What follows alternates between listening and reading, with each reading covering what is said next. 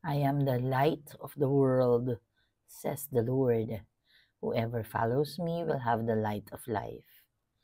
The Lord is kind and merciful. Blessed Tuesday, the memorial of Saints Martha, Mary, and Lazarus. We praise and thank you, dear God, for another day of life. We praise and thank you for the gift of love, the gift of life, the gift of family, of community, of belongingness, and the gift of today being the birthday of my dear Apo, Martin Luke C. Ang. Maraming salamat po, Panginoon, for the gift of life.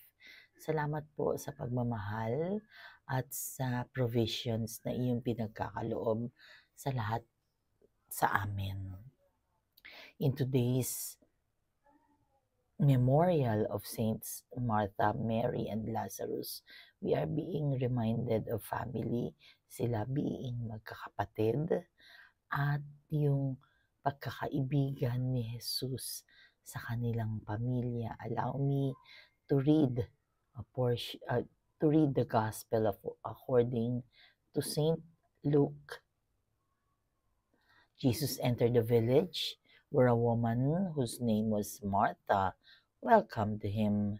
She had a sister named Mary who sat beside the Lord at his feet listening to him speak. Martha, burdened with much serving, she came to him and said, Lord, do you not care that my sister has left me by myself to do the serving? Tell her to help me. The Lord said to her in reply, Martha, Martha, you are anxious and worried about many things. There is need of only one thing, and Mary has chosen the better part, and let it be not taken from her. So, anong sinasabi? Anong paalala sa atin? Yes, gusto rin siyempre ni Jesus na pagsilbihan siya, pero hindi yun ang priority ng kanyang pagpunta o bisita sa kanilang magkakapatid. Actually, namatay na nga si Lazarus. Sabi nga ni Martha doon sa longer version ng gospel is, kung nandito ka, Lord, if you had been here, my brother would have not died. But even now, I know that whatever you ask of God, God will give you. So, inallow din ni Lord na mamatay muna si Lazarus para mapakita din ni Lord na kaya niyang buhayin ng patay.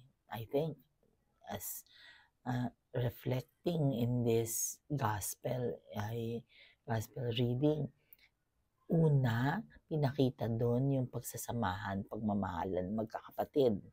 Ikalawa, pinakita doon yung pagkakaibigan ni Jesus at saka dito sa pamilya na ito.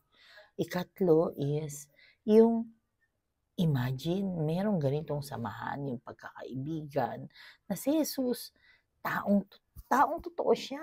Pagpunta niya doon sa kanyang kaibigan, merong maghahanda sa kanya ng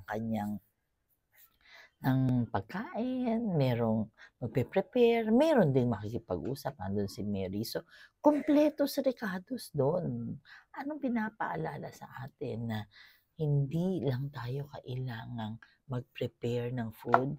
Pag meron tayong bisita o pagkakaibigan na bibisitahin tayo ng ating kaibigan, aside from pag-prepare natin ng food, kinakailangan din tayong mag-focus sa pakikinig sa ating kaibigan.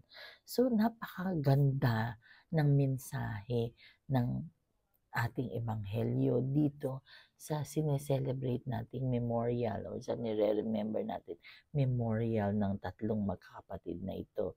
Yung pamilya nila, yung pagkakaibigan nila kay Jesus, at yung samahan na maaari din nating gayahin kung ano yung nakita natin sa ebanghelyo.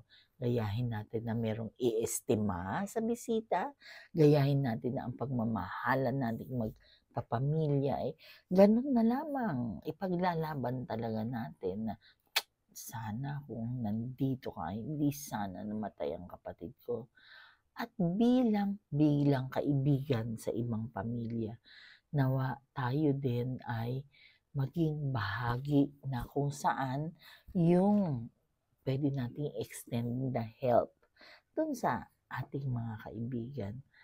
Naalala ko lang kasi kami mga magkakaklase nung college, meron talaga kami isang bond ng isang friendship na hindi matatawaran, na kahit na umulan, umaraw, nandiyan sila. Kahit na hindi kami palagi nagkikita, kahit na busy kami sa aming mga iba't ibang mga pinagkakabisihan, pagdating ng panahon, kami pa din yung magkakaibigan. Pag tinawag mo, kailangan mo, nandiyan pa rin ang mga kaibigan. Parang pamilya din. Pamilya, kagaya ngayon, nandito kami sa Boracay dahil sa birthday ni Martin. And we enjoy each other's company. We are staying here in Boracay, Astoria Current. And we enjoy as a family, although hindi kami kumpleto. Si Miko naiwan sa bahay at ang pamilya ni Madel naiwan din sa Manila o sa Antipolo. Pero by heart, magkakasama kami. At we look forward to being together completely as a family. Let us pray. Lord God, we are sorry for our sins, either of commission or omission. We pray for healing of those who are sick, those who are requesting for prayers, and those who are praying with us right here, right now. Panginoon, we lift up to you families, family relationships, yung mga magkakapatid na nawa magkasundo ang mga pamilya, whether nandyan pa yung magulang nila or wala na. We pray for friendships, dear God, naway ang mga pagkakaibigan na ito ay maging sandigan ng mga taong nalulungkot at naghahanap ng karamay sa buhay. Lord God, we lift up to you yung mga concerns ng bawat isang nakikidasal sa akin ngayon. All this we pray in your mighty name through the intercession of our blessed Mama Mary. Saints Martha, Mary, and Lazarus, pray for us. God bless. If you want bookings dito sa Astoria, Boracay, message me.